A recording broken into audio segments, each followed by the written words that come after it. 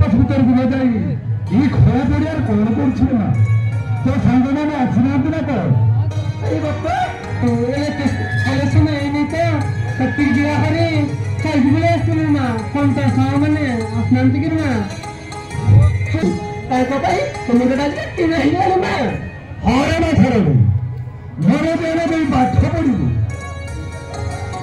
ପିଲାମାନଙ୍କ ସହିତ ସାଙ୍ଗ ହେବୁନି ରେ ବା କାହିଁକି ନା ଏ ଦୁନିଆଟା ଭଲ ନାହିଁ। ଠିକ ଅଛି ବା ତାହେଲେ ଆମେ ଆସୁଛୁ ବା। ଠିକ ଅଛି ଆମ ଚୁଚୁଡ଼ା ଗ୍ରାମର କମିଟି ଭାଇମାନଙ୍କୁ ଅନୁରୋଧ କରାଯାଉଛି ଦୟାକରି ଶାନ୍ତି